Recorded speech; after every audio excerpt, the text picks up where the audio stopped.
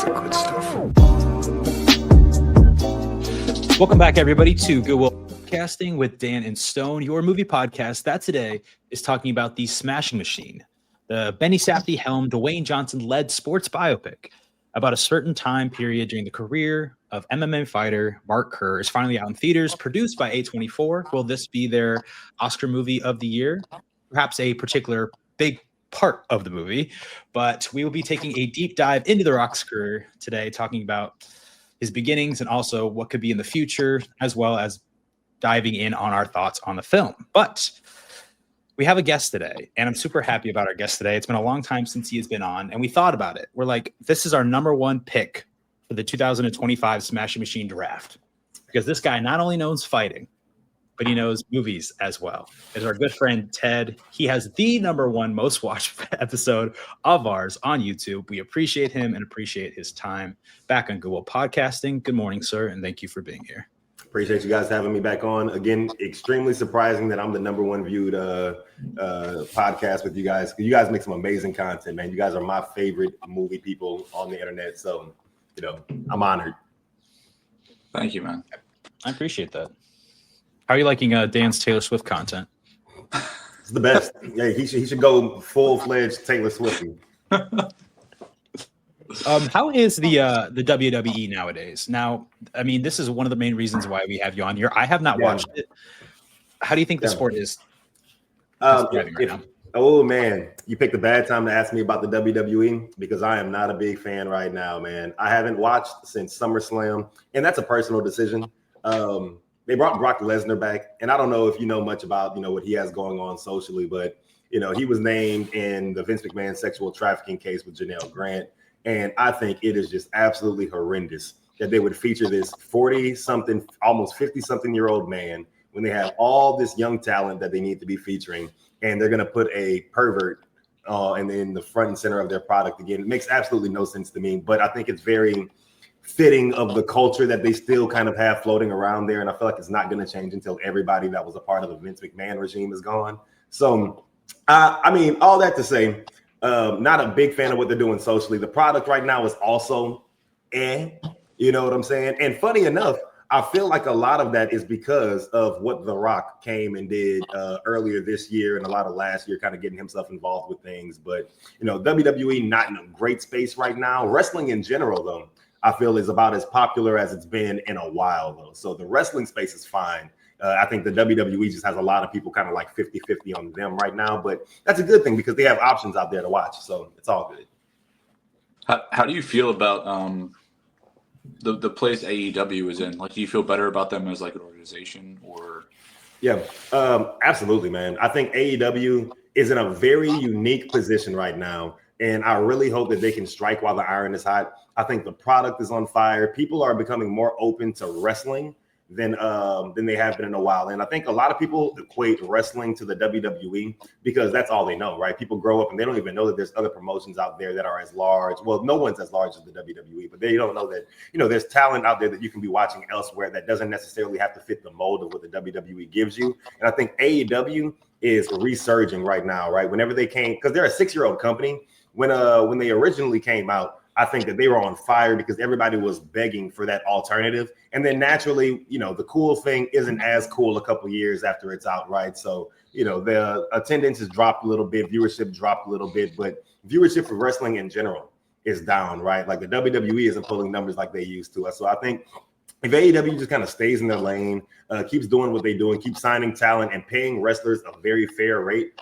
I think in 10 years, man, I think they're going to be a lot closer to what the WWE is right now than where they are right now. But, the way that they're growing, man, they are so good for the wrestling industry. I love AEW. I think in any industry, like, competition generally breeds better quality all around. Like, I think, in an ideal world, it would push WWE to improve or maybe be more thoughtful or careful with the stuff they're doing. If they feel that pressure, but it's good to see them doing well. Yeah, man. I think fans are so interesting, right? Because you got those tribalist fans that are like, I only want to watch the WWE. And that, in a sense, is fine because people like what they like. But then there's the people that go above and beyond. They're like, I hate AEW and I want AEW to go out of business. And it's like, man, if you like wrestlers, period. You know, if you like wrestling, then you like the wrestlers that are actually doing the thing, then you should want them to get paid. You should want them to be able to make as much money as possible. And if the WWE is the only business around, they're not going to do that. And I really don't get it because like nobody has this type of logic to anything else. Nobody would be like, I want Amazon to be the only company delivering packages in the entire world. And if you don't deliver through Amazon, I hate you. No one does that. It's just like there's no drive to be better. If there's not competition, there's no drive to be better. It's just like stan culture, and it's so weird for anything. Like, you know, musical artist, politician, athlete, they don't stand things. Like, it's never the move. Yeah. I'll say, speaking of alternatives, it is quite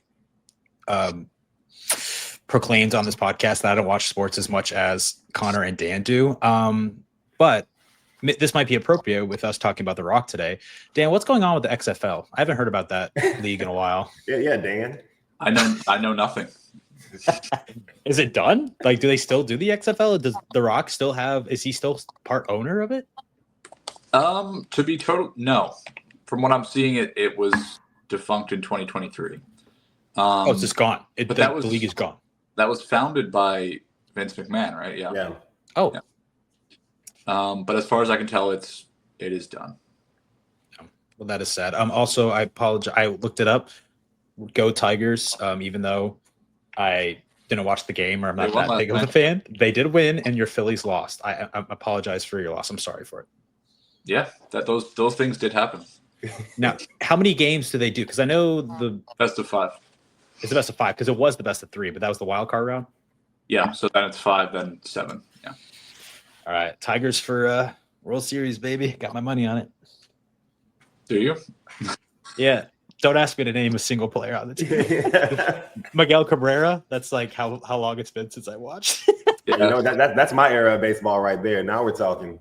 Great player, but speaking of eras, I wrote down a little outline that I think Dan sent you, Ted, and on it, I thought we maybe should talk about The Rock's career up to the Smashing Machine. Yeah. And I was curious, at least for our audience, how knowledgeable you are about where The Rock came from. Like, I know he's essentially a Nepo baby in the world of wrestling. So do you know much about his beginnings and how he started? Yeah, it's really interesting, actually, because a lot of people don't associate The Rock with being a Nepo baby because of the relationship that he had with his actual dad, which I don't know a bunch around, but I know that, he doesn't mention his dad a lot. He doesn't mention that relationship. And whenever he was coming into the wrestling industry, right, a lot of it wasn't really it wasn't with the Rocky Maivia name, right, which was like what his family was known for. And The Rock is like a part of this big Samoan tradition that is the WWE, right? I'm not sure how familiar you are with that, but the bloodline is like the most popular story in the history of the WWE, probably, right? And it's like aside from like Stone Cold and what was going on in like the Attitude Era, but like modern day wrestling, this is about as popular as it gets. And so The Rock is related to all those players, right? Roman Reigns, the Jey Usos, the Jimmy Usos, but like that entire bloodline that goes all the way back to like Haku and wrestlers in like the 70s, Rikishi, all of them are related, right?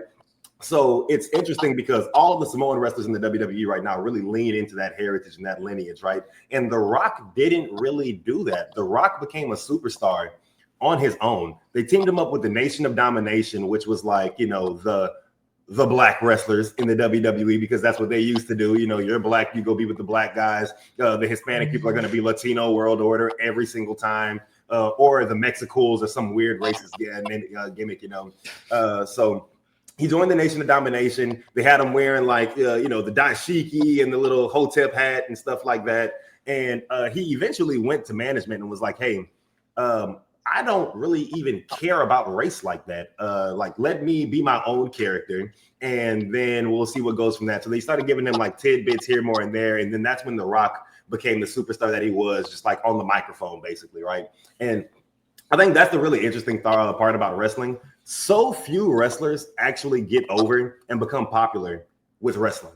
It's always like some type of story, or it's always like on the microphone or something like that. But it's very rare that people are like, hey, that guy wrestles really well. Let's make him the most popular wrestler in the world. But, The Rock was able to do it.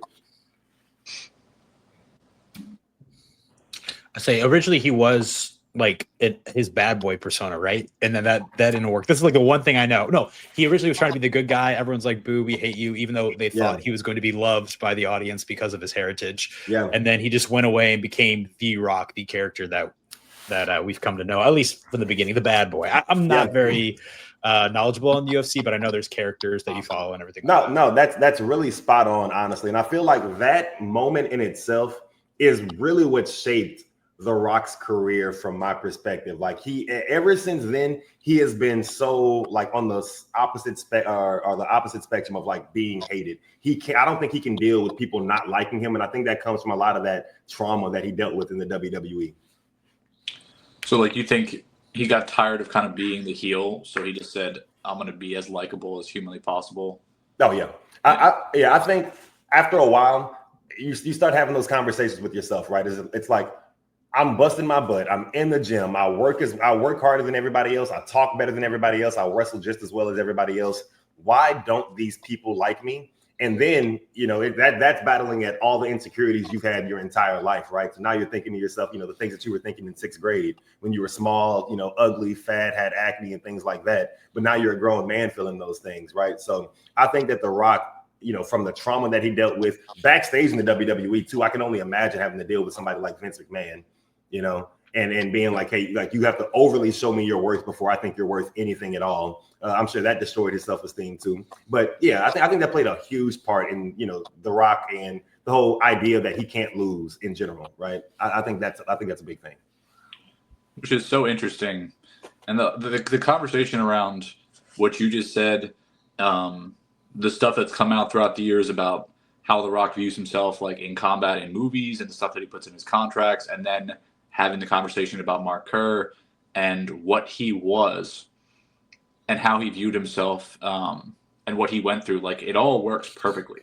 And I think all that stuff is like one of the reasons, I don't think this is the best movie, but it is interesting. And I think it does have something to say at the least there. Agreed. I know he was super fascinated with Mark Kerr. Do you think that whole stipulation of him not losing in fights is over now with this movie, or is this just get a pass because it's a biopic? Man, I was thinking about that. He doesn't lose once. It barely felt like he lost in this movie to me. So I'm not sure. Just gave up. Well, I think, it's interesting because I think the fights they decided to show, it is kind of, I think in real life, the fight against Igor, I mean, what happened, what they portrayed did happen. Like, I think he did take like illegal knee strikes to the head. Mm-hmm. And then I think the fight against the Japanese fighter, I can't remember his name. He knocked himself out on the mat. Like, I think his head like struck the mat the wrong way and he like dazed himself and then he got knocked out. So, that was kind of a weird fight too, but I think the movie is very aware of what you're talking about there. And I think the not being able to lose thing is more so about the persona of The Rock. I feel like in this movie, we're getting to see Dwayne Johnson act again and not see The Rock. It's a separation of the two. Yeah, that's one thing that I will absolutely give this movie. And I was so afraid of whenever I saw the original poster and whenever I saw the trailers, I was like, oh my God, it's just going to be The Rock in a wig. And I did not think that I'd be able to take the movie seriously watching it. But the second it came on, I feel like immediately forgot that it was The Rock. And I mean, every time I see him, I say The Rock. The Rock is to this day the greatest character that Dwayne Johnson has ever played. But man, halfway through the movie, it was Dwayne Johnson for me, 100%. So I'm not surprised that many people were scared to see The Rock, because I was looking at because I think, has there ever been a movie that has been so important to an actor at this level than the Smashing Machine? I think everyone's like, this is what Dwayne needed in his career, because I'm looking at everything he's done before this. I mean, Moana 2, Red 1, Fast X, Black Adam, DC League of Super Pets, Red Notice, Free Guy, Jungle Cruise, Jumanji. It's just like Ballers might be the last time that he took anything seriously, which ended in 2019. So I think everyone's like, we need some type of change in your career, because I don't know how long, which is funny because I put this in the outline a little bit later on, because I think his next movie is Jumanji 3, but we won't talk about that right now. I do think I think he has made. I mean, we talked about Southland Tales on here. To me, that was it's. I think it's a brilliant movie. I think it's a really good performance. I think Pain and Gain is like maybe Michael Bay's best movie. That's a really strange, messed up movie. I think it's actually very good, and I think he's really good in it. And I think we talked about Gridiron Gang, which I think was really personal for him. Like that's a personal story for Dwayne Johnson that ties directly to his life and the role that football played in his life. And I feel like the performance you get there is something that's very real. And there's also movies, even goofy movies like Central Intelligence with Kevin Hart. Like it's a stupid movie, but I think it's a good movie that like takes The Rock and like does something interesting with him and like puts a twist on him and shows like something else. And it's really like strange kind of performance, but like I think people have tried to use him in interesting ways before, but he kind of likes to settle back into those like comfortable roles. But he's talked on the press tour about being done with that. Like he's tired of it. He's tired of being pigeonholed. He's tired of being a persona, right? Like I think he in his older age is like, I'm going to try to act. And if I get made fun of and it flops, whatever, but like he's going to try, to have a legacy as an actor. Yeah. And man, that's why I really wanted to like this movie more than what I did and I realized that the second the movie came on, the second I heard The Rock's voice, the second I saw him on screen, I was like, man, that's The Rock. I grew up with him. He's this bigger than life superstar in a sense, right? And you got to think about it. Wrestling, for the most part, is not popular in the grand scheme of the history of all of wrestling. The average person that's not a wrestling fan might be able to name like 10 wrestlers ever. There's The Rock, Stone Cold, like maybe Macho Man Randy Savage, Hulk Hogan, of course. And then after that, man, it gets kind of shaky. Like if you show a random person that's not a wrestling fan a picture of a wrestler, they're going to be like, who the hell is that? Unless it's like a very specific person. So I really want The Rock to be able to like get out of this like pigeonhole that he's in terms of like, is he a wrestler that acts? But I don't know if this movie did that for me, man. I really don't. And like that nostalgia pop that I got whenever I originally saw him was from like him being a wrestler. And then I feel like as soon as that like ran out, I was like, okay, well, let me judge him as Dwayne Johnson moving forward. And whenever I was judging him as Dwayne Johnson, I don't know if I was as impressed. I'll say, I think I made a video about Dwayne Johnson and actually the history with his father and his family and his earlier career in order to promote our episode that we had on him when we talked about Red One last year. And I think I got scolded a little bit in the comments when I referred to him as an ex-WWE star. Would you still, because he still is heavily involved in it, would you consider him still a part of the league, or is he just an actor now? No, he's an ex-WWE guy. And I mean, anybody that tries to, split the hairs on that with you is just being a loser, in my opinion, because I mean, he makes appearances, but he's gotten back in the ring one time, right? And that was for a big match at WrestleMania. And like, kudos to him for getting back in the ring at that age. That can't be easy, but he is an ex-WWE guy. He is popular because of the work that he did in the WWE in the past. So it's 100% fair to say that. He's also like, he's in a different place where he's on the board of TKO Group, like which owns WWE and UFC, right? Like he's, when you're sitting on the board of the company that owns the organization, like it's a different world. Also, by the way, his football league is the United Football League, which is still functioning, not the XFL, but so to credit him there, he does still have that, but he's involved in a lot of different business ventures. Okay, it seems like we've been beating around the bush a little bit when it comes to talking about the movie, so we could like start finally getting into it. Maybe spoiler free here at the very beginning, but I told Dan it was hard for me to watch this film because I did watch the documentary beforehand. Okay. And this is the exact same thing. It covers the beginning and the end is the same setting. Everything that happens in the film is basically in the documentary. Which is essentially about Mark Kerr's journey to the Prime Fighting Championship in Japan when the UFC was heavily scrutinized in the United States.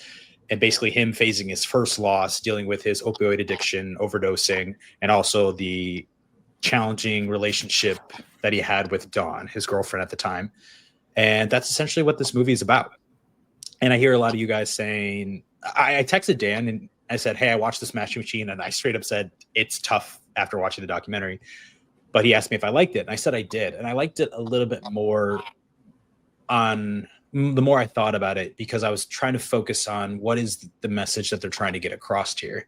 And I kind of want to go last in sharing my thoughts about the film, but Ted, what did you not vibe with it when it comes to the film? But then also, what did you like about it?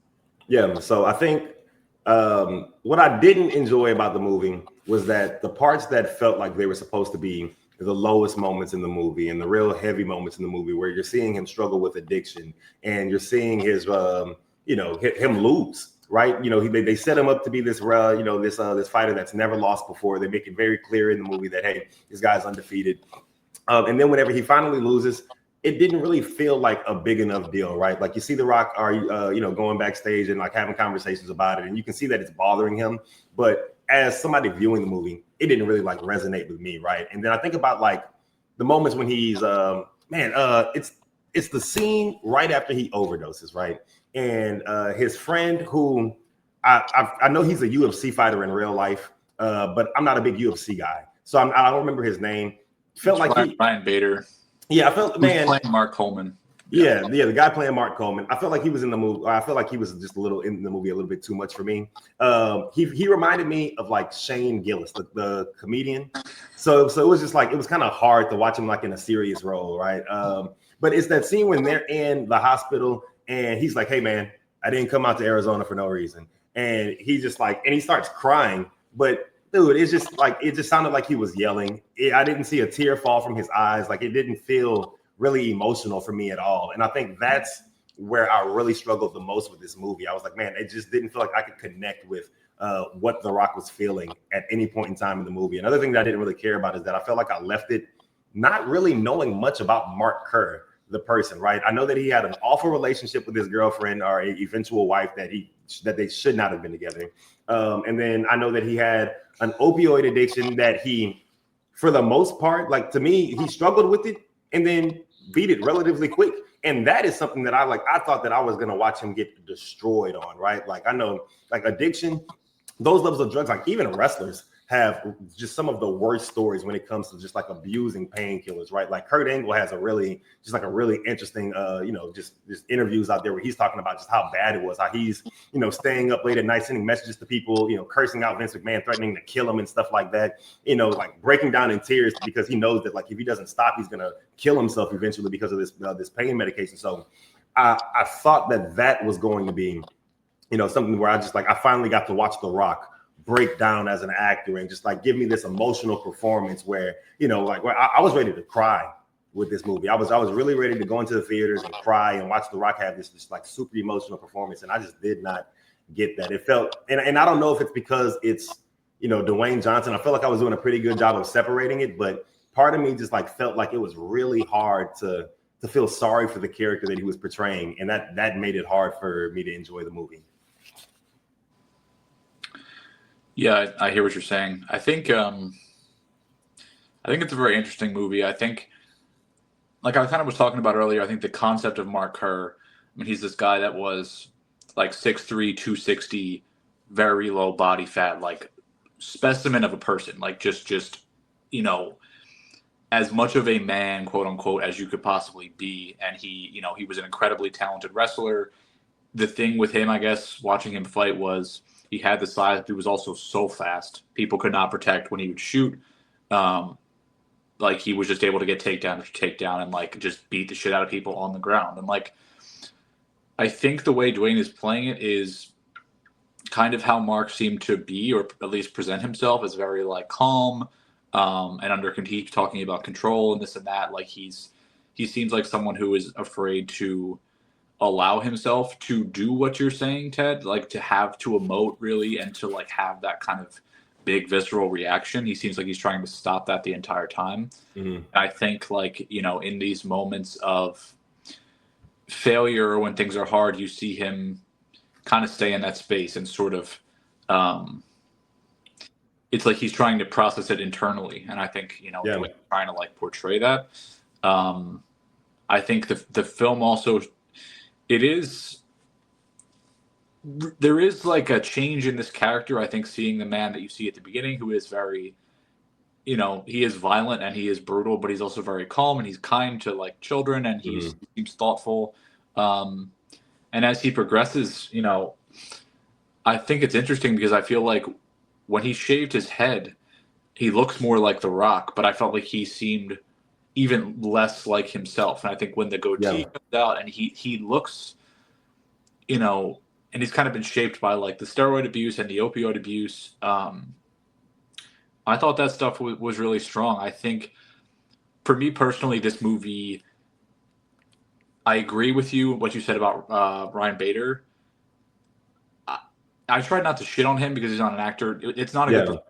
And I do think Dwayne is giving a really good, high effort, like subtle, really nice performance here. And I think you have scenes like that scene in the hospital where you have a non-actor across from someone who's really trying, and it's like I think that's where the disconnect is. Like I don't think he has someone that's meeting him, and I don't think Emily Blunt gives a bad performance, but like the writing of their like when you show me a relationship and there's some kind of emotional turmoil, show me why they like each other first. Show me something. What do these people talk about? What do they have in common? Why do they love each other?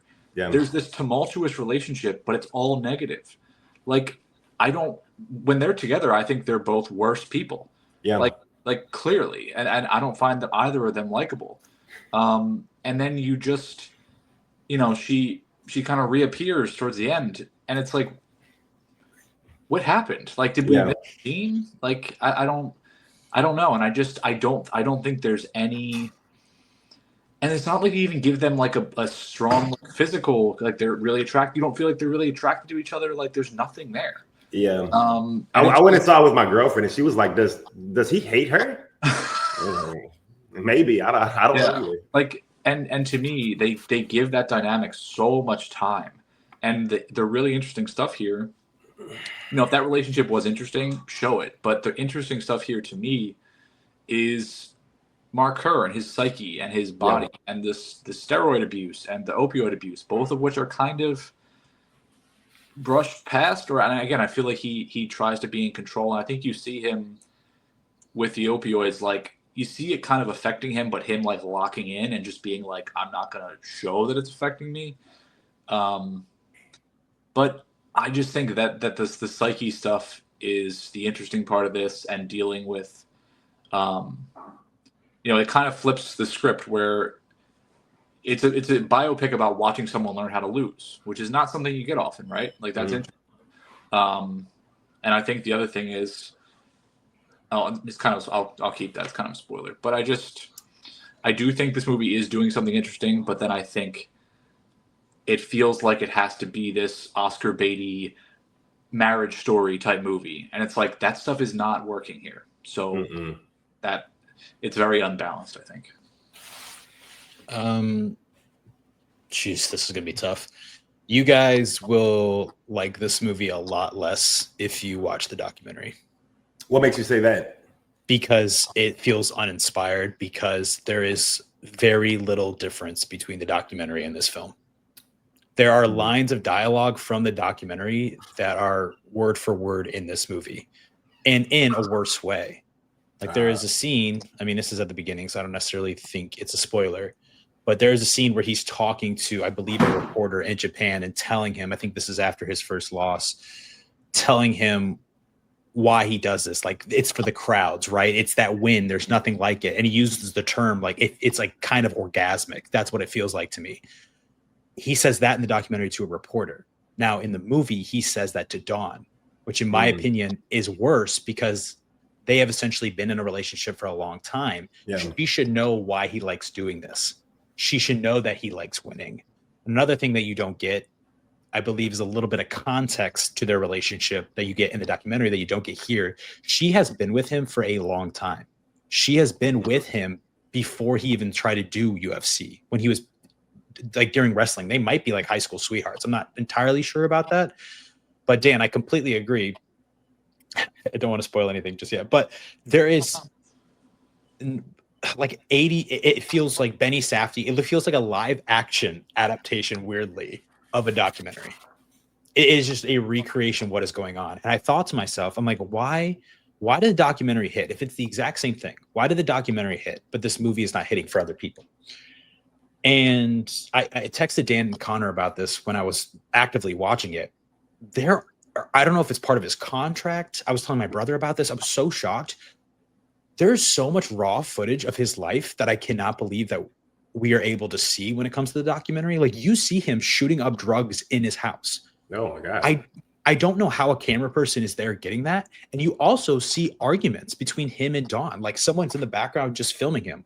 There's a scene in this movie of a cactus that is literally someone is in his backyard with him and Dawn filming this cactus scenario. I'm like, how? There is also him going up to a table in Japan and being like, do you have anything stronger than Tylenol, like, or Advil? And they're like, no, sorry, we don't have any of that. So I think that's the reason why. I thought it was funny. I think that is one of the reasons why it was so impactful back in 2002 to watch this. They're like, wow. Like, also 2002 was right after all of this happened. There's been a long gap of time since Mark Kerr's career, but the fact that we got this 2 years after the finale of this film, the finale of his career in Japan, is kind of wild. I think the reason why this does still work on me a little bit more than you guys, because I think it is important for this type of character, this type of fighter, to be seen on the big screen.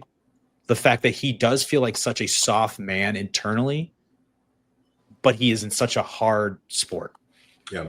He doesn't, I mean, I don't think this is in the documentary, but I like that they included this. There's the scene at the beginning where he's like asking the guy who he just beat if he's okay. He doesn't like fighting, but he says it's like something takes him over, and it's like, I'm only doing this because I got to hurt him before he hurts me. This is my job. This is why people get to it in the first place. They alluded to it a little bit in the film, but basically he was a wrestler who went to the University of Syracuse and tried to be in the Olympics and wasn't successful in that. So he's like, well, what do I do with my career? I guess I'm going to be a UFC fighter.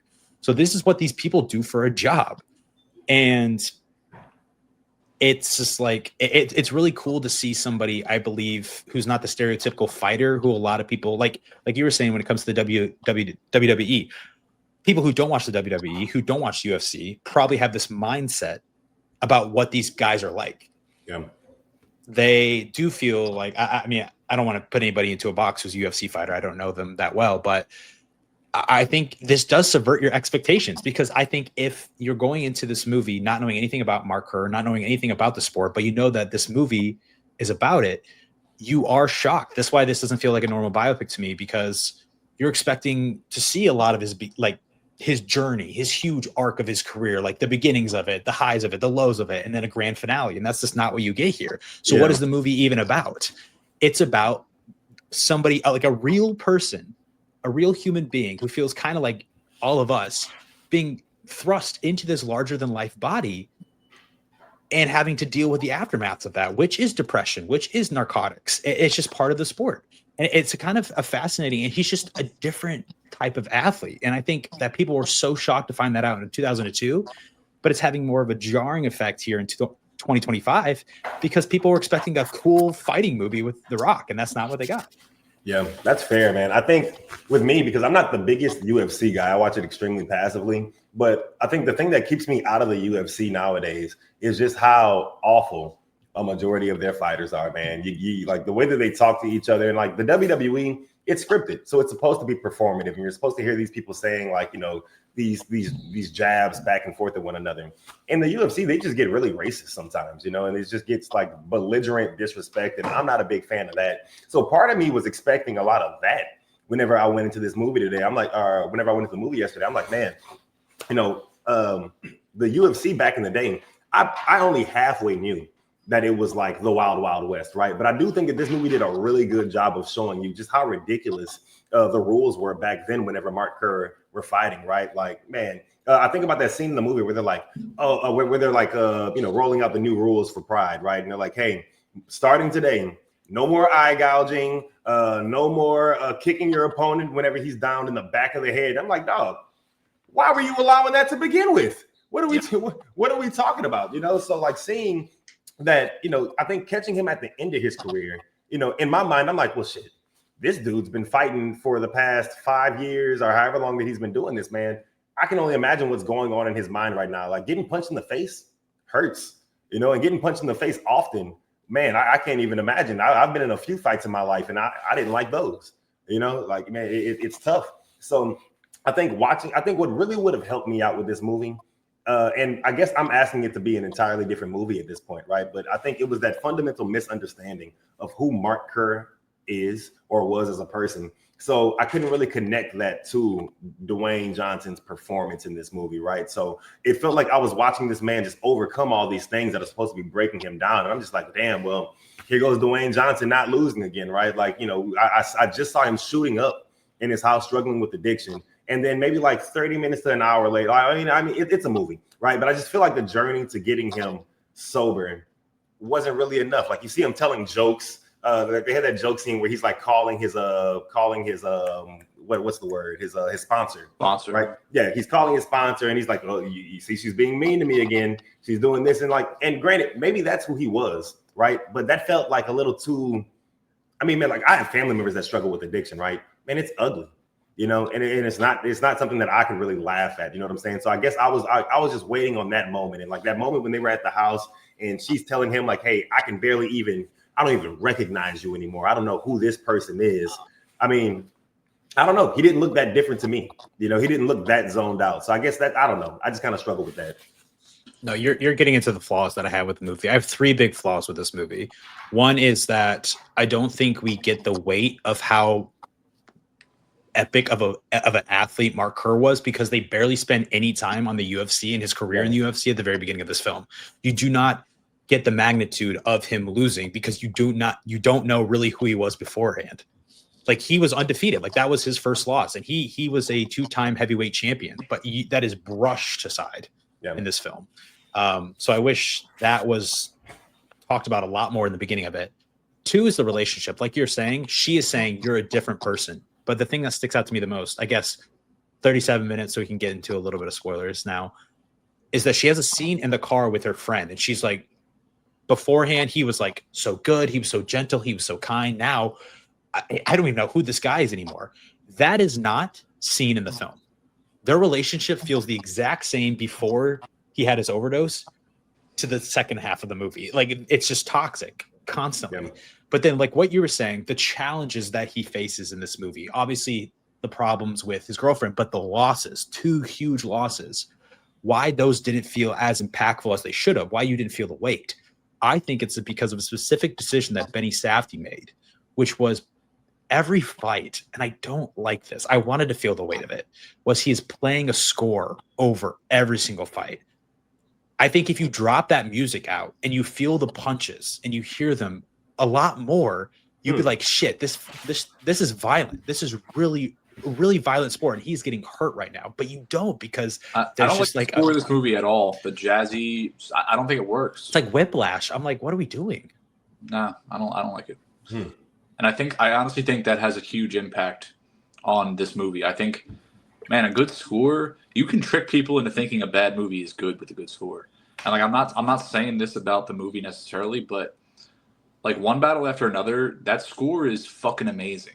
And I think it helps certain moments feel more impactful. Like it really has an impact. But when the score is not right and is not matching what you're showing on the screen, and that's not intended, like it's tough. And I think we saw this with Highest to Lowest, the new Spike Lee movie. That score killed the movie. You put this goofy ass score over scenes that should be impactful, and you make it feel like a Hallmark movie. Like it's just sabotaging your movie. But I feel like a little bit that happened here too.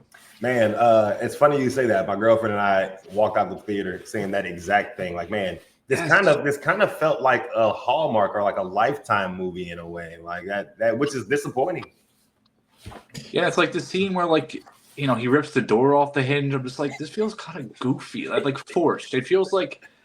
And Stone, you said about the scene talking about the cactus. Like in my head, I'm like, what is the impact of this scene? You show him being like a passive aggressive nag towards. It's just it feels like the intention was for that scene to be more impactful than it was. But I feel like maybe they just put it in because it was in the documentary. So here it is. But like, if this scene isn't working to really show you something about them, like, what are you doing? I don't know.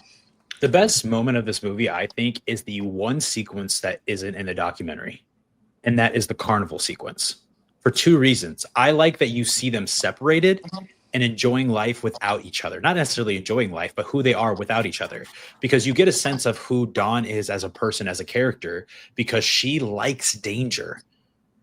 The way that she's riding the Gravitron, it's not how a normal person would do that. And I mean, she's a little bit older in this movie than she was in real life because it's being played by Emily Blunt. But you can see that she loves this thrill. And you see Mark, he's like, no, man, that'll give me an upset stomach. Like, dude, look at you. You're a fucking awesome person. How can you say that? It's like, no, that's who I am internally, even though this is my external self. So she is in love with him fighting, but not necessarily in love with who he is when he's not fighting. And I think that's a very specific moment that shows you that. She loves danger. She doesn't love Mark for his true self.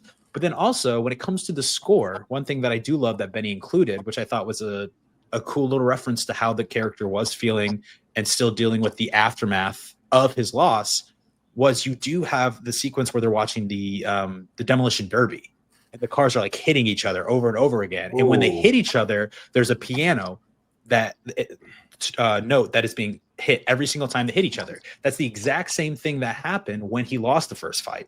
Every single time he got punched, they were jamming on the piano.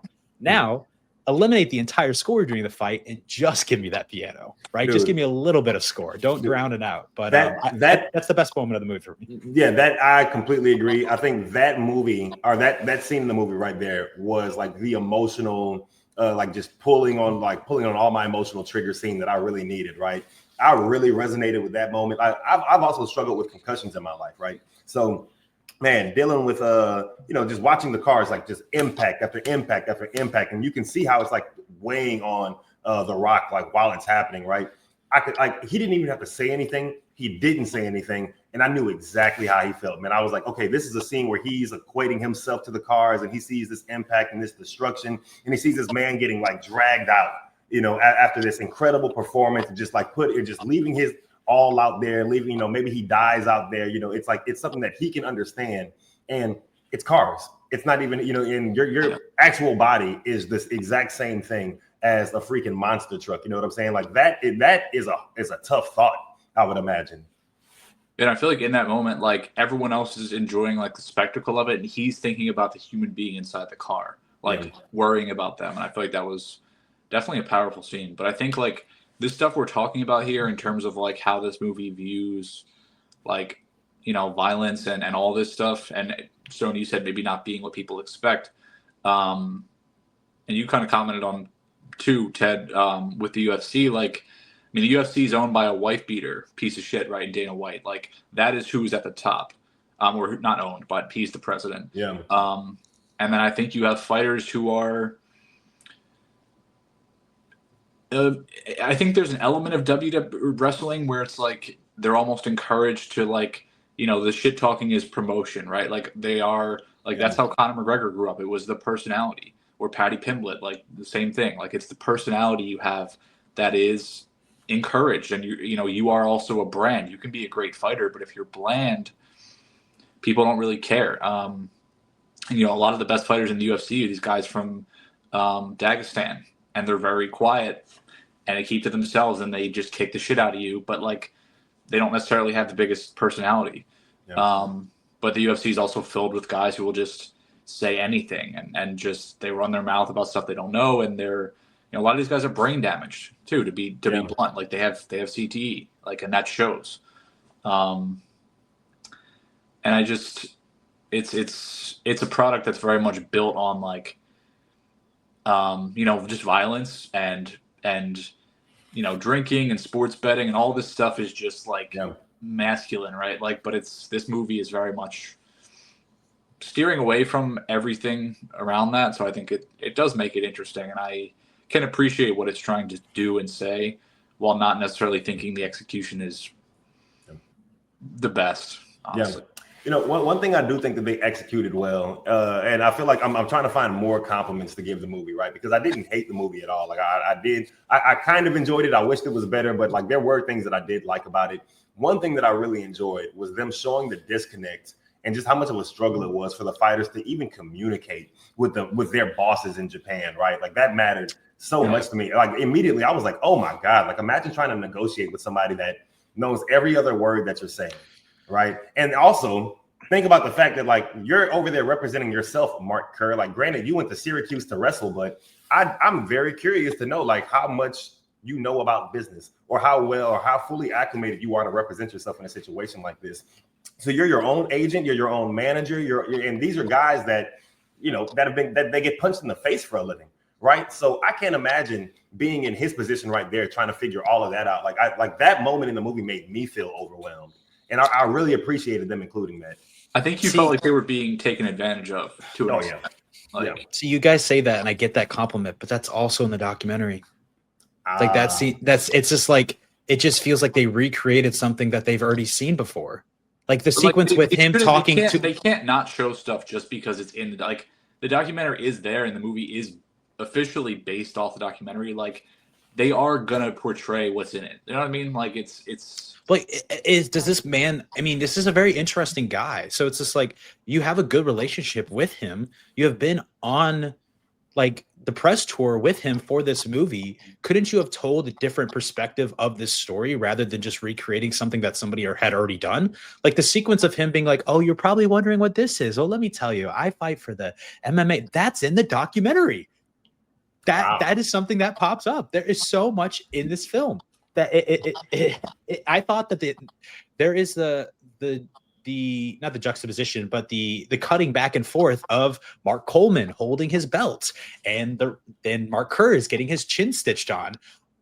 That's exactly how the documentary ends, and I thought it was going to end the exact same way, which is the camera stops. Which is I'm curious what you guys think or how you interpret the end of this film, because in the documentary the camera stops as it's zooming into his eyes as he's getting stitched on, cuts to black. But then the movie gets a little bit more footage for you, which is him going to a shower and kind of laughing about the situation and about his life and career at that point. How did you interpret that? What do you think he's thinking?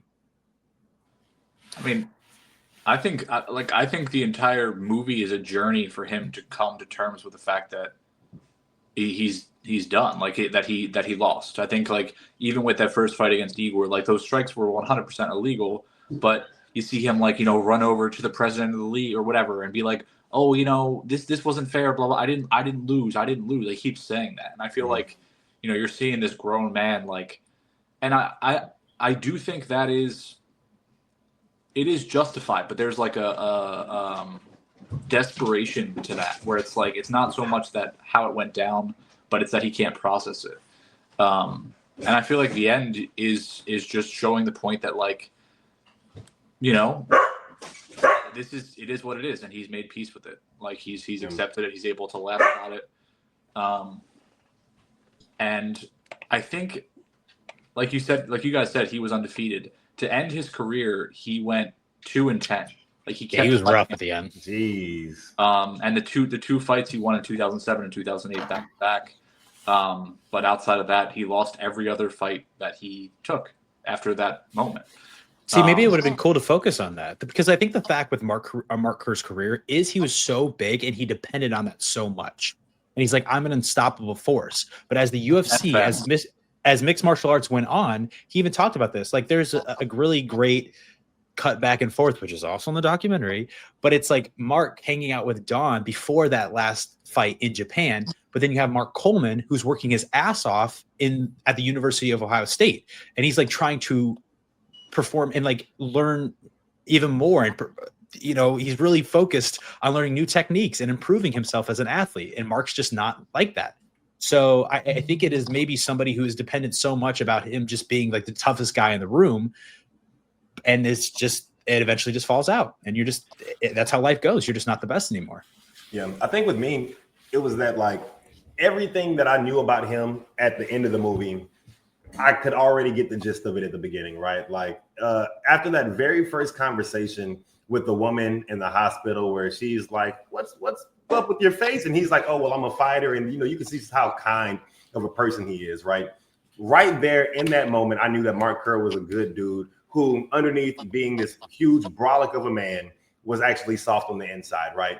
And then come the end of the movie, I don't know what else they really did to give me layers to that. Like, I think, anything else that they did after that hit on the exact same level that opening scene had for me, right? And then when it comes to him losing, I would say the same thing. Like, whenever he ran to the back and was freaking out, like, hey, I didn't lose. And making it a point to immediately go back there and say, hey, it was illegal, this, that, and the third. I think that was the only real moment where I felt him being like, okay, well, this guy doesn't know how to lose. And this is where the whole undefeated streak thing comes. And like, now this whole identity of being this massive fighter who can't lose fights, like that was the only time that I ever really felt like it was being like challenged, right? And then when it came down to him actually losing a match, for some reason, it just didn't feel like a big deal to me. And I'm not sure what they did in the movie to get me there emotionally, right? Like whenever I feel like whenever he finally lost again and he was like, well, you know what? Losing's not that big of a deal.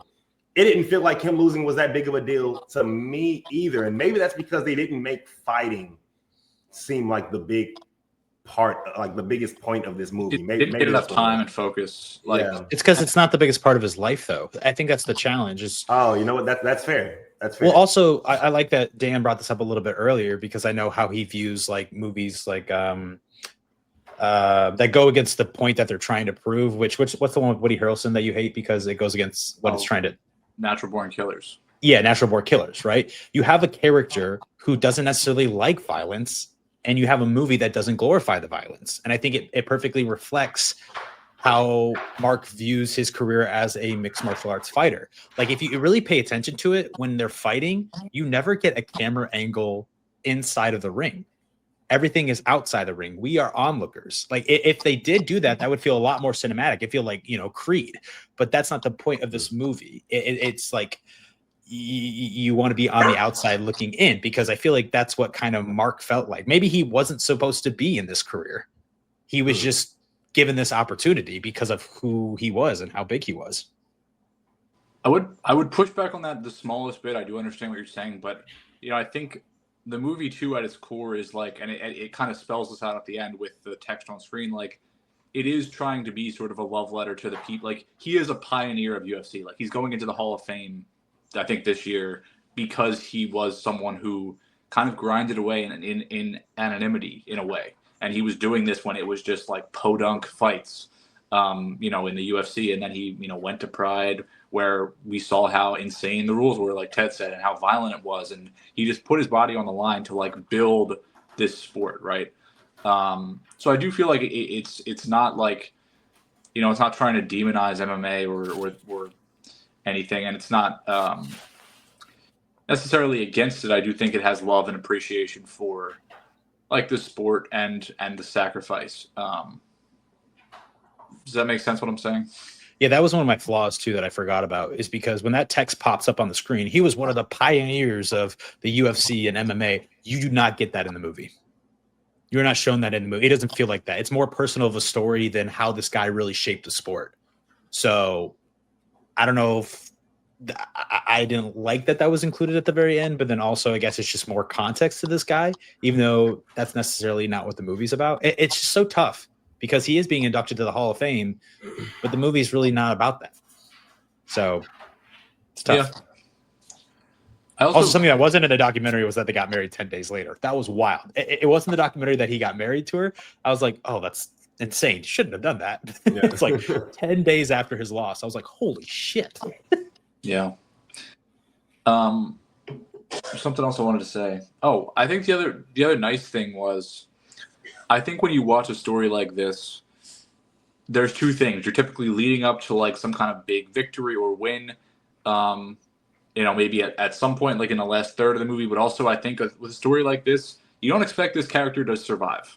Like this, he feels like someone who might be fated to die. Like, he's a huge human being. He's struggling with steroids and opioids and all that. Like, I think in a typical biopic, it's just like he doesn't make it out of the story. So I think it is really nice to see, he's just a normal guy now, and he's, he made it out of this. Also, Coleman winning too. Yeah. Yeah, and I agree It's a with crazy that. development. I think he gets too much time in this movie, but It's the documentary, man.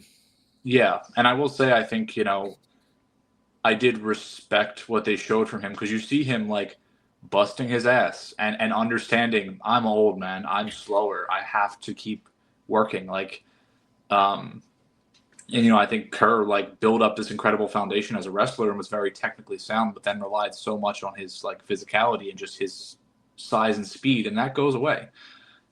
So I like that they showed. I didn't mind his story. I just don't think it was a great performance, and wish there was a little less of it.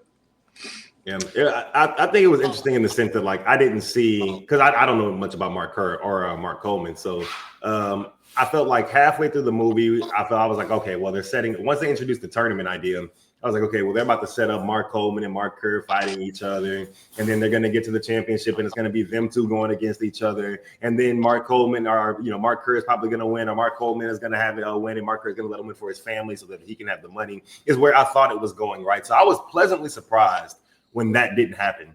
I feel like that almost in a sense like threw me right back into the movie. Like the second I saw him losing, I was like, oh shit, okay, well now what?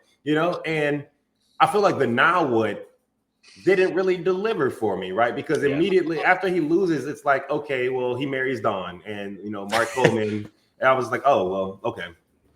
Yeah, you just realized that his career might be fucked up. You're like, oh, okay. That was the point of this entire thing. To the point that you made, though, I almost feel like, man, maybe just another I don't know, maybe another 15, 20 minutes of him losing just showing how his career ended after that. Maybe, and then showing him still being the same happy, jolly person, just kind person that he is after he's lost a few more matches.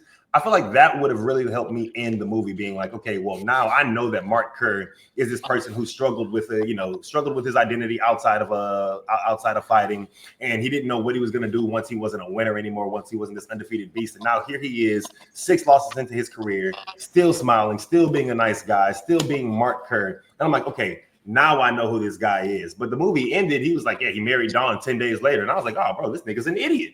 That's what are we? That's what I'm saying. It's this movie takes no liberties. Like, I don't know why, besides the carnival scene, I don't know why Benny Safdie couldn't add that additional story to it. Like, it ends when the documentary ends. It begins when the documentary begins. And two things I wanted to add to this that I think are bad. Like, I would never tell someone to watch this movie over the documentary. Just wouldn't do it.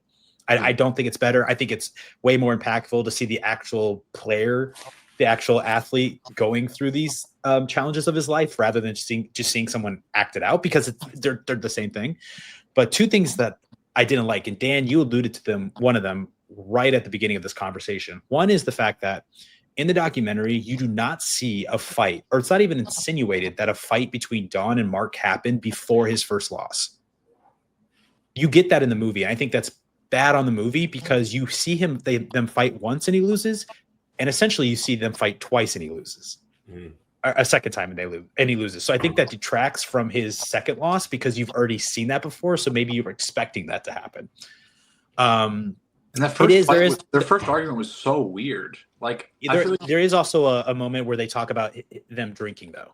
Like, he's like, oh yeah, we were having like two weeks ago, like for the last 2 weeks we've been drinking and stuff like that. That was in the doc, but first fight, right? Yes. Yeah. So, but there's never a fight.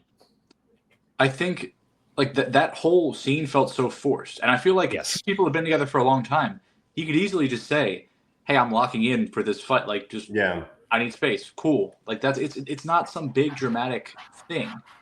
And I feel like that was so weird. I also do think like the other thing that's kind of there but not quite looked at enough. But I think they have one scene that really struck me when you see that she is struggling probably just as much as him with alcohol and drugs. Like that's there too. And I think it's like in the movie, all the focus is on him, right? Like, and he's kind of the person, but she is an alcoholic. Like, she is having a really hard time. And it's like, that's not able to be, maybe they don't notice because they're thinking about him, or like, that's always there in the background. And when that scene happens where, she goes into the bathroom and basically tries to take her own life. Like, I thought that scene was incredible and like really powerful because it showed like she's struggling too. And that's something that they have in common and that they can understand about each other. I'll say one thing that was left out, which I wish that, I mean, you do get the moment where she's like, oh yeah, we were drinking, 2 weeks ago or whatever. And it doesn't necessarily insinuate that she is an alcoholic, but I was wondering if they would include that, like little bits and pieces of that before the second half of the movie where that's fully realized. And they really don't. But maybe it's a little bit difficult to include this because she is literally giving an interview during the documentary. But she basically says she fucked up and she told Mark that she would stop drinking after he went through rehab. And she didn't do that. And that's on her. And she feels the responsibility and the guilt of that. You don't get that at all in the movie. There's no, hey, you were going to stop drinking. Like, what happened to that? Yeah. I don't believe anywhere in it. But Dan, I wanted to, you mentioned something that was maybe one of my biggest flaws with this film is when she shows up, when he's working out in LA and she just shows up. Something about their relationship is the fact that Mark Kerr feels such a comfort when she is around after he fights. He's very dependent on her and her being there as an emotional stronghold for him to just get over the high anxiety, high atmosphere of something like that. So he keeps on going back to her because she is that stronghold for him. But it seems like she shows up and is just like, hi, I'm here again. So it seems like she is more dependent on him than he is her. And that's just not how it was. They were both dependent on each other. So maybe I wasn't sure if you were supposed to take that moment wasn't the first time she was showing up. Like they had reconnected. Right. You don't know if they like have broken up. Like, are they still together? Or Yeah. And now that both of y'all are pointing it out, I didn't enjoy their relationship throughout the movie, right? One, because it was extremely toxic, but two, because like you mentioned earlier, it didn't make sense, right? I mean, I've dated women and, I do things that are nowhere near as important as, spending my entire life training to be a fighter, and doing these things, and risking my life going to get punched in the face, and I don't think I've ever dated somebody in my actual life that was as not understanding as Dawn was in this movie, right? Like you mentioned it earlier, Stone, and it's like, if you saying that she had been with him for as long as she had kind of makes this like, it makes me understand her character even less now, right? Because I mean, it's not easy to become the top of your industry. It's not, especially as a fighter. So you see the work that he's putting in. And also Mark Kerr is this massive of a man, right? You don't become that naturally. She's in there making smoothies for him. And that shows like the dedication, right? Because it's like, okay, well, not skim milk, whole milk, and I'm moving from half a banana to 1.5 banana. Like you see how intentional he is with every single thing that he does for his career. It doesn't really make sense that you would watch this same person go to, well, it does make sense because they were toxic for one another. So I guess that makes sense like that. But, I think I really struggled with their relationship because I was just like, man, I couldn't imagine being with somebody like this. It felt like it makes both characters seem stupid. Yeah. It felt like there had to be a lot of bitterness too behind each of them. Like they each were very bitter towards each other for reasons. I guess they've been together for a long time. And if you don't show that, you can't understand their actions. And like the thing when she's drinking and whatever, after he's out of rehab, like that's evil, right? Like that's moving over a lot. Like that scene to me was like really, really hard to watch. Like, and I was like, this is like, I don't know. That scene to me was makes you really not like her, which I think you're not supposed to like both of them in the relationship because there is that passive aggressive nature of him, cutting the cactus or whatever that sequence was. So, but you're like, she's far worse. This dude almost died and you're just going to drink in front of him and not give a shit. But here's my thing, man. I don't know if I felt like she was worse in the movie. I honestly felt like he brought so much of the bad in her out of her because of what he was going through, right? And like in a relationship, you can naturally become selfish, and especially whenever she mentioned it. She was like, "Well, you like it this way. You pay all the bills, and you make sure that I don't have a job, and you created this scenario for us to be in." And now that I know that they've been together for longer than just like a couple weeks or months, like it felt like in the movie, well, then like you have had this woman in this relationship for 5-10 years, and you make sure that she doesn't work, and you make sure that you pay all the bills, and you pay the rent in the apartment and everything because you like the controlling aspect of that. I would assume, right? That's just an assumption there. I mean, I would love to have seen that. He didn't come off as a controlling person, but he did come off as an extremely condescending, just like an overbearing type of person in a relationship, right? Like the, oh, look, 3 Advils, really? You're not being nice to me. And it's like, okay, well, she's still a person and she can still go have drinks with her friends. And, whenever you're saying things like, oh, well, you're going out 3 times a week. Well, if your lifestyles are that different, you should just not be together. Why are you together? Yeah. Why are you together? And I think that's what I really struggled with in the movie. I was like, man, I don't understand why these two people even like each other, because she seems kind of mean and nasty. Like whenever she's going off on him, she's like taking these real personal digs at him. She's like, you're a bitch and you do this and all you care about is your shitty fighting career and the stupid fights that you're in. And it's like, damn, I've dedicated my entire life to doing this. I pay all of our bills by doing this. You eat and sleep at night in this nice house and have all these nice things because of the stupid fights, or the fights that you think are stupid. You're watching her tear into him. And I feel like all he really does is like pick at her. So I don't think that's fair necessarily in the movie, because like, man, and on her side of things, that is an awful relationship to be into. It's just as toxic. It's just as awful. And like, it brings out just as much bad in her. Right. So that I feel like it kind of put her in a certain light. And I think you also see the scene with like his violence, which I think is probably, I think they're trying to show that it's directly related. And I don't think he puts his hands on her. I don't remember. No. I don't think, but like, the thing with the door is ridiculous, right? Like that's a reason to like leave someone. Yeah. Like if someone's doing that, and I think they maybe they're implying that's because of the steroid abuse. And the other thing quickly I have to say here, I have a little bit of an issue with The Rock is the biggest fake natty person in Hollywood. He is the person who has never come out and said, yes, I've taken XYZ, to be 60 years old and look like this. Yeah. That, you know what? I don't give a shit. Like if he is putting all of his time and energy and effort, and he has doctors working with him, you say, I have professionals to help me do this stuff. They micromanage every aspect of it, just like I have a nutritionist and I have someone, all these things, right? A chef, like, just be honest. Yeah. Because then you're playing this character in this film who is abusing steroids, and it's done in secret, and it's like, you've done that. Like, yeah, there might be a reason why you guys don't look that different from one another. Like, and it's might be like, a reason that really bothers me, man. And I made a video about this before, but like, women have it really bad in terms of like body image, and I think we're seeing this. Today it's like Ozempic and it's a lot of things that women deal with all the time. But like, it is a thing for men too. And men see these ridiculous, physiques and stuff in the internet and in movies and social media. And it's like, oh, well, here's my, my fitness plan, and here's my pre-workout that I made. And here's, take this. It's like, no, say what's actually going on, because that kid that's watching you will never look like you. And he might think, oh, well, I have to do something else to look like this. And they might start messing around with like SARMs or whatever. And it's just like, just be honest. Like nobody would think any differently of you. Like you bust your ass. Like, you know what I mean? That bothers me. Yeah. It's like that one dude who came out, who said that he was like on an all raw meat diet. I forget his name. Liver King? Yeah, the Liver King. Yeah. It's like, dude, shut up. But there's people dumb enough out there that are going to believe you.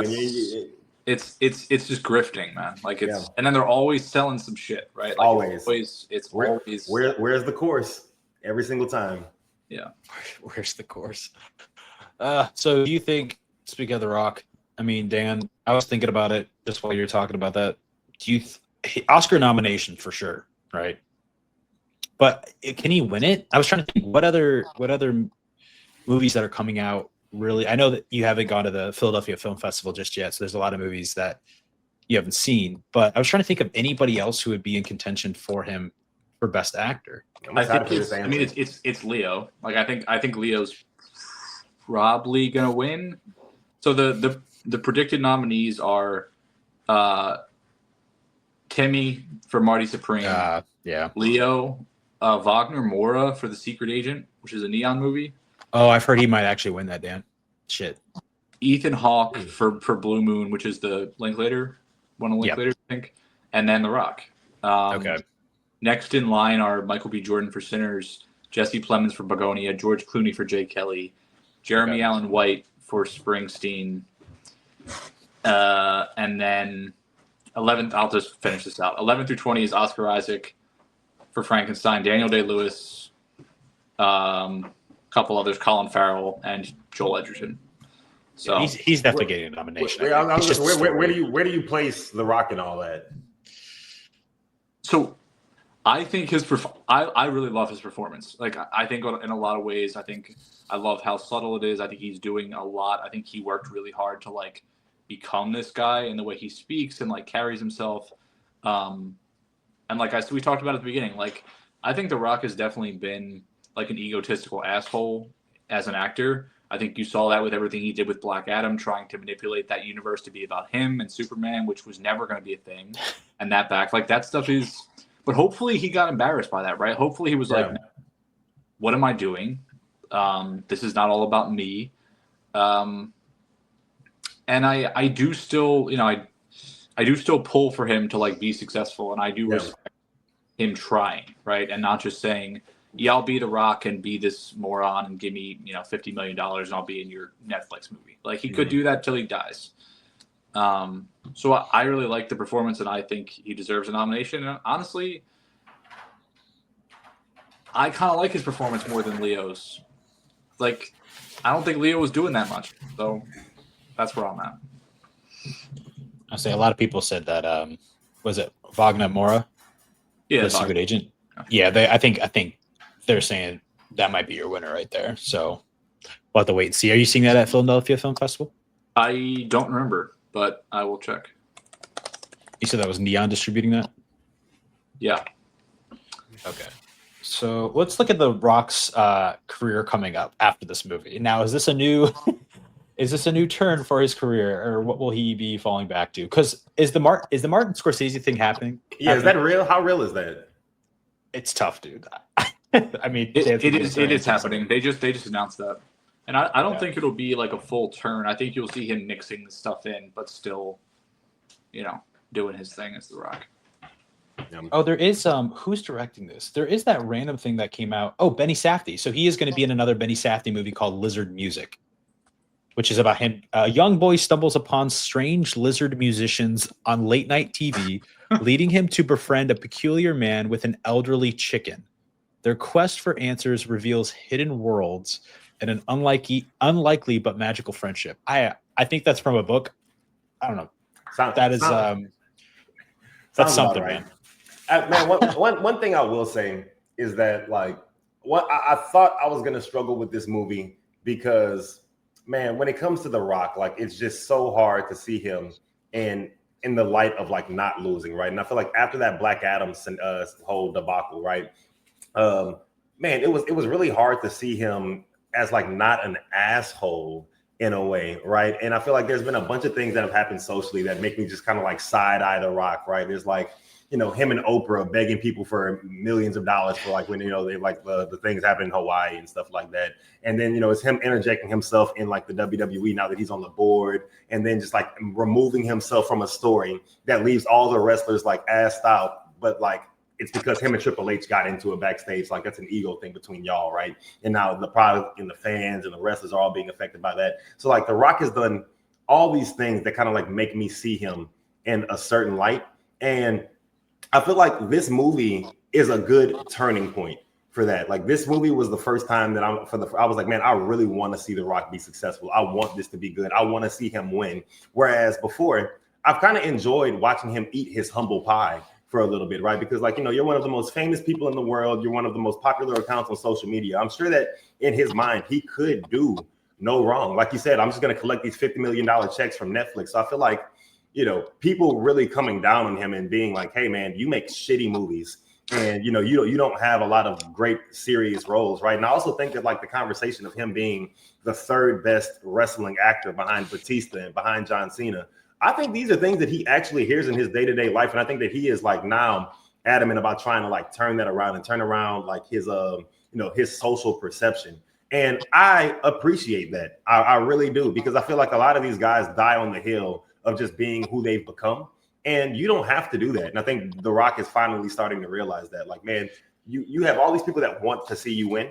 And there's a lot of people that are going to support you no matter what. But I feel like now he's taking his entire fan base back into consideration. I feel like now he's trying to develop more, whereas before, and he was just The Rock for so long and that's always worked for him, right? But now I think like he's gonna have to lean more into Dwayne Johnson, and I'm excited about that. I would take this project as like a catapult into actually going and checking out more of his projects down the line. I think there's two things about this movie that allude to the fact that he is now going to be Dwayne Johnson and not The Rock. One is a very humbling thing, and this is like the number one thing I wanted to bring up to you guys. The Rock is a star, right? A movie star. Is the movie star officially dead now with this movie because it's about to open to like $6 to $7 million? That is nothing. I would say Dwayne Johnson, yes, it's not opening big at all. And I personally would say Dwayne Johnson might be the biggest movie star in the world, confidently. And the biggest movie star in the world cannot get a movie to open more than $10 million at the box office. So now even Leonardo DiCaprio, obviously Leonardo DiCaprio is a big name, but $23 million movie for opening weekend for One Battle After Another isn't huge. That was critically received a lot better than The Smashing Machine was. So that also probably helped out. I think people just want really good movies. So when it came to The Smashing Machine, they didn't necessarily see a character. They didn't see a fighter. They didn't see a story that they connected with or were interested in seeing. And they didn't give a shit that Dwayne Johnson, The Rock, was in it. Because movie stars just don't have the pull that they do anymore. You know, that whole like narrative that came out, which is so idiotic that studios still follow. It's like, oh, we really want to care about how many Instagram followers or TikTok followers this person has. Do you know how many fucking followers The Rock has? And his movie just opened up at is about to open at $6-7 million. It doesn't matter. People are smarter than you think they are. They don't care about followers as much as you're expecting them to. Yeah.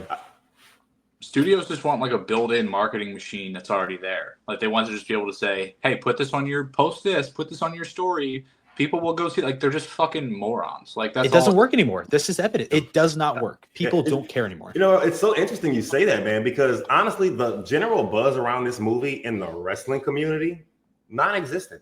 And you know, you don't watch WWE programming and see commercials for it, which I thought is odd. Like, where would you plug it if not in the place where The Rock became like the most popular? And like, if you get just a general gauge of like wrestling fans, not many people that I know are going to watch this movie. It's more so my friends that are big movie guys that are excited to see if The Rock is going to perform well in this movie. But wrestling fans, I genuinely think that they could care less.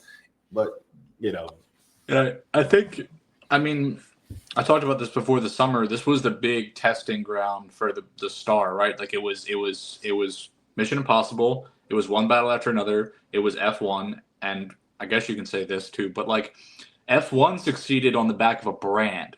Like that's an international brand. 100%. And Brad Pitt was the worst fucking thing about that movie. That performance was so bad. He was the worst thing about the movie.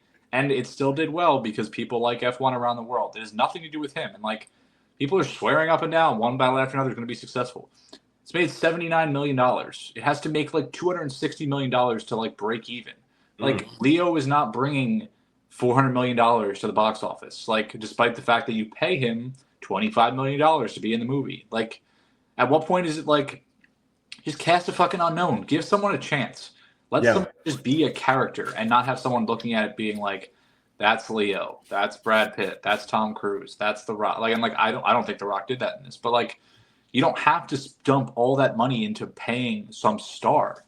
Like I'm not saying, you know, don't pay the actors what they're worth, but like give other people chances too. Yeah. Like, man, that was my biggest thing for this movie going into it before I watched it too. Like, man, I would get upset with The Rock because I'm like, man, you are taking opportunities from other people. He did it with Black Adam. I was like, man, Black Adam could have been anybody else. No name actor that could have that could have been his opportunity to just get his name out there. Same thing with The Smashing Machine going into the movie, right? And I feel like it really bothered me because I didn't see The Rock and see Mark Kerr whenever I saw what he actually looked like. I think they did a really good job in the movie. That helped it for me. But man, I was like, why wouldn't you just cast someone much younger or something like? The age was rough for me. Man, like literally anybody else that could use this as an opportunity to break out in Hollywood, right? And you can pay them a lot less and make a lot more money on your movie. Why wouldn't you do that to me? And I feel like my original thought was The Rock really wants to be in this project, and that's why it's happening, right? Not because he's the best actor for it. And I don't know how true that is. That is 100% true. I think I saw Benny Safdie come out and say that The Rock pitched the idea of this movie before COVID. So he was the one who was in love with the documentary, in love with Mark Kerr's career, at least what appeared on the screen back in 2002 when the documentary released. And he's like, I want to play this character. I want this to happen for us. But I completely agree. Something that really was just off for me is there's a 30-year gap. I know he's huge and he kind of has the body maybe of a 25-year-old, but there's a huge age gap between who he's trying to portray and what his actual age is. Yeah. But speaking of his size, something I also wanted to break up, we were talking about the second thing that I think signifies that we're about to see more of Dwayne Johnson than we are The Rock is his weight loss, like what he looks like now. He is no longer, he does not look the same, which is good. If he is more huge, like I see people. It's not the same though. It's not the same though. Yeah, but we'll see, because I think probably because that's such a dramatic thing that you have to think about when it comes to his upcoming projects. So in my eyes, what I'm looking at right here, probably what he has already shot, what he will still look the same for is Jumanji 3. I think that's probably already filmed, which is coming out next year. And then Moana, the live action Moana. And I think the first time you're going to see a big change in him is that random lizard chicken man movie by Benny Safdie that we are getting. Dan, how did you? It's funny. I'm saying, oh, this movie is in pre-production. How did you like all the news yesterday that came out about the Fast and Furious 11 film? I didn't see it. Oh, so Vin Diesel got clowned on. You missed an opportunity there because Vin Diesel, like 2 years ago or something, like posed on the set of like Fast 11 or Fast and Furious 11. It was like, let's go, and had Dom Toretto's car in the background. Huge story came out yesterday from Universal where they're like, okay, nothing is fucking filming yet.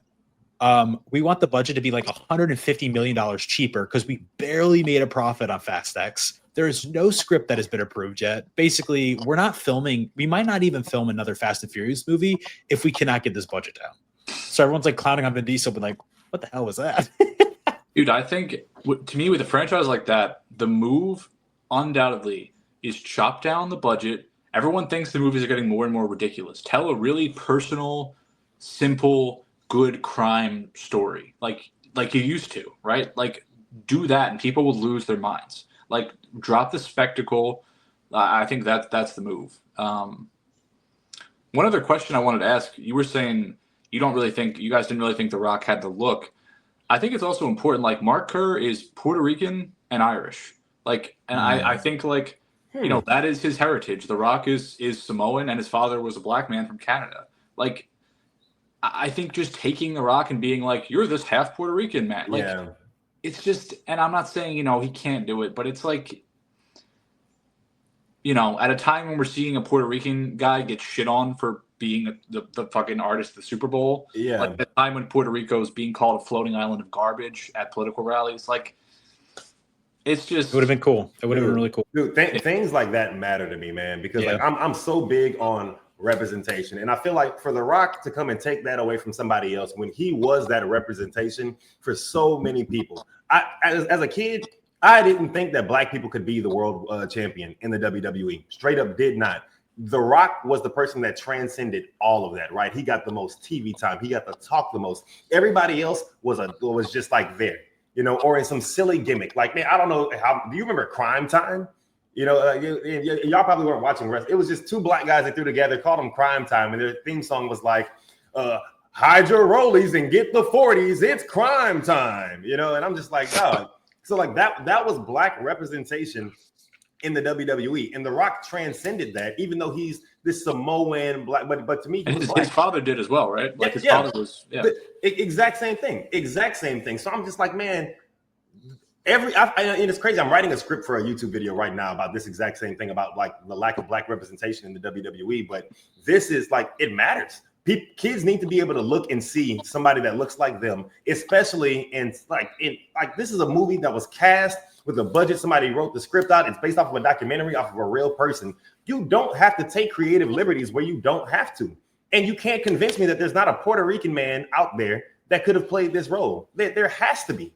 Just as good too. Just as good. I mean, the actors. Dwayne Johnson is a solid actor. Like obviously we see this in that, but this is not like top 10 performance of all time. Maybe there was a Puerto Rican actor out there who could give as good or even maybe a better performance. And it Yeah. frustrates me too, because let's just be honest, this movie wouldn't really exist without Dwayne Johnson. It Yeah, wouldn't, because that's the thing. he wanted to Yeah, tell the story. yeah. So there wouldn't even be an opportunity for a Puerto Rican actor to even be in here. Maybe if he produced it, that would have been great. I mean, he did produce this. I think it's $7 production popped up before the movie started.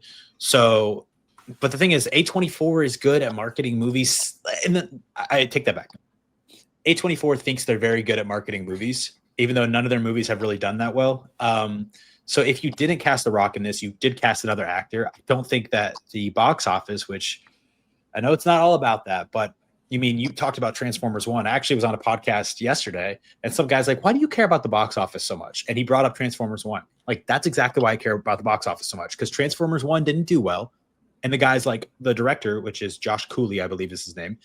He's like, I can't wait to make Transformers, number 2. And guess what?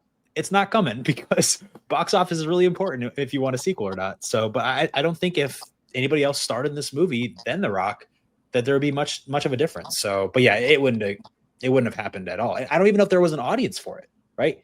There is a story. It's like you said, the UFC community did not come out for this film. It was more so movie people. So it's just kind of a strange anomaly where not necessarily nobody was asking for this to be made, because the documentary is so good, besides Dwayne Johnson. Yeah, it's the kind of thing where, would you rather have the story not told at all, I guess, or told with Yeah. it's like it sucks, because it ends up being the only choice. Like, Yeah. Like, did anybody really want a Black Adam movie?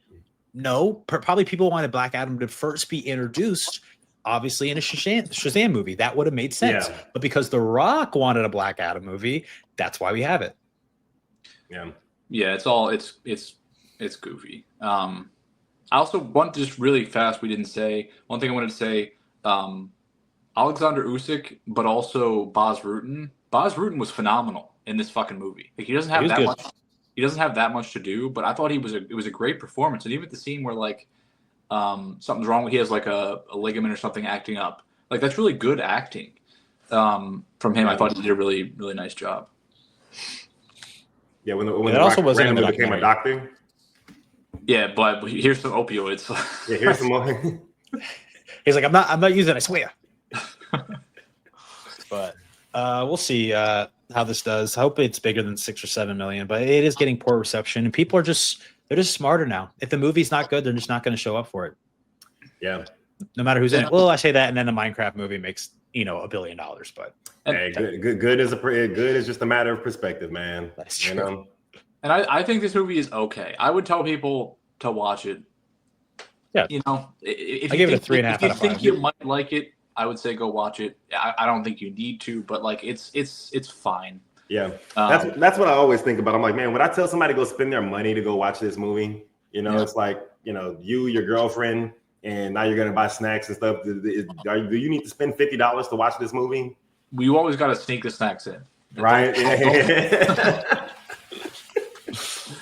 Just too expensive. If you pay those and I got prices. like a soda the other day was like $9. I'm like, what are we doing? Yeah, man. Dan, have you still never tried an icy before? Nah. What is wrong with you? I know. Yesterday. Dude, Wow. I've met this guy. Whoa. I've met this guy, and I was like, I'm gonna get an icy. And he's like, oh, I've never even tried one of those before. Like, what do you mean? That's one of those random things that someone tells you. You're like, what? Crazy movie fan, my ass. Never tried an icy. The movie that I thought about all the time, a lot while watching this movie, and I also thought about the box office because I can't help it, is the Iron Claw. The Iron Claw, which has Zac Efron, which isn't nearly at the level as Dwayne Johnson, that opened like 4 to 5 million. Now it did come out during like the Christmas time, if I remember correctly. So maybe that is a little bit of additional help when it comes to how much money it's going to make. But that felt like a story that wasn't conjured up by one single person. That was an interesting story that had not been told yet, that everyone knew about. And in my opinion, was a little bit more successful because of that. It also had a lot of awards hype. And I would say don't sleep on Zac Efron's fan base. Like, he definitely has and I think people were excited to see him in a role like that serious. And he had done that insane transformation, I'm sure very naturally. And like, it was a great movie too. So it had great word of mouth. Yeah. Man, now that you mention it, I think I didn't even realize it, but I did go to see that movie because I was curious to see how Zac Efron would perform in it. The same way that I was curious to see how Dwayne Johnson would be in this movie. It's just a better story. It's a better story. This could have been a better story if it wasn't made directly like the fucking documentary. Like this guy has other parts of his life that you could have told. Like he's your buddy, Dwayne Johnson. Just go and ask him. Like, tell me more about your life. This documentary probably didn't show all of it. He's like, oh yeah, me and my girl fought a little bit. That wasn't in there. Yeah. Like, would you guys have been more interested? I know we should probably wrap up this conversation, but would you have been more interested in this movie if it focused more on the relationship besides Ryan Bader being cast? Not the friendship. You like that it's on the relationship rather than the friendship, because the friendship is so interesting because I think they wrestled together at University of Syracuse, and now they're all across the world at a UFC or a mixed martial arts championship fighting together. I mean, that's kind of an interesting tale, no? I would have preferred that. I misunderstood your question. Okay, gotcha. Even though I didn't love his performance, I would have still preferred more of that than the relationship dynamic. Yes. Yeah, I agree. Yeah, because the movie, I mean, you're like, why is he so much in this? Why do we see Mark Coleman so much in the film? Is because he's like the second half of the documentary. Like you go and watch him fight completely on his own while Mark is in rehab. And I think something strange that they added in this movie, which I don't think, I'm almost 95% sure that they didn't, this was not the case in the documentary, was that he did not fly and go see Mark when he was in the hospital. It was other friends of Mark Hers and not Mark Coleman. Mark Coleman wasn't there. I believe he was fighting. He never got a call from Dawn or anything like that. They do show a scene where he's like with his kids. And he's like, man, I love my kids and all this. I'm so curious how their contracts were. Just like, hey, can we invade your personal life 24/7 if you want to be a fighter? That'd be kind of cool. Yeah. They probably offered him a couple more $1,000s, man. Like I can't even imagine. These dudes probably just needed the money. You know, he's like, drugs okay? Drugs fine? Okay, cool. That one scene where he was like, man, there's way worse ways to make a living. I'm like, yeah, dog, I guess, but there's better ways to make a living too. Yeah, I mean, damn. Yeah. Oh gosh. Speaking of ways to make a living, Ted, do you want to plug yourself and tell people where they can find you? Hopefully that's helping you out a little, giving you a little change here and there. Yeah. You make great content, so. Hey man, I appreciate it. It's Ted the Toy Collector on anything that you can think of. TikTok, Instagram, you're not going to find anything on there. I'm not a picture taking guy. Twitch, I'm on Twitch. Random thing that I do. I host the largest player versus player wrestling league in the entire world. It's an opportunity for wrestling fans to come together, role play wrestlers. We do it through WWE 2K25. So they come in, they play matches on the game, and then whenever they're done, they cut promos like they would whenever they're like a wrestler would. They put together these video vignettes like they do in like the WWE. It's like allowing random people to come in, see if they can get themselves over as a wrestler. The league has a couple hundred people in it. It's the biggest in the entire world. If you're a fan of wrestling, if you've always wanted to know what it would be like to be a wrestler, if you want to come and be in a community of wrestling people, a responsible community of wrestling people, because there aren't many out there. The IWC is a very weird place. So if you're looking for safe wrestling fun, Ted the Toy Collector on all platforms. Twitch, that's what I'm talking about. If you want to listen to me talk about movies, Ted Reviews on TikTok. I'm trying to get more videos posted on there, man. I'm just, making movie reviews just does not feel natural to me at all. It's tough sometimes. Yeah, man, it is. It's really tough. And that's why, like, I give guys like you and Dan, like, just the most respect in the world, man. One, for dealing with the audience of people that you're making these videos for. But two, man, for being so responsible in the way that you guys approach and discuss movies, because I don't think a lot of people are. So I appreciate you guys. And I also will say, Ted, I think like even if that might be challenging sometimes, I love listening to you talk about the wrestling stuff too, and I think you're so passionate about it, and I think that like really shines through. And at the end of the day, all people care about is hearing passion. Like they want to hear what you know about and what you care about. So I think that's really great. So yeah, appreciate it, man. Coming on. Yeah. There will be no passion from Dan next week, I think, because I think the episode we're going to be covering is Tron. I think Dan's going to tap out for that, and it's going to be a Stone-led episode on Tron Ares. Something I found out, Dan, because for a very good reason, Dan's not really into the wheelhouse of supporting Jared Leto, which is completely valid. Oh, yeah. The reason why Jared Leto is even in that movie is because he was originally going to be in it back in 2015.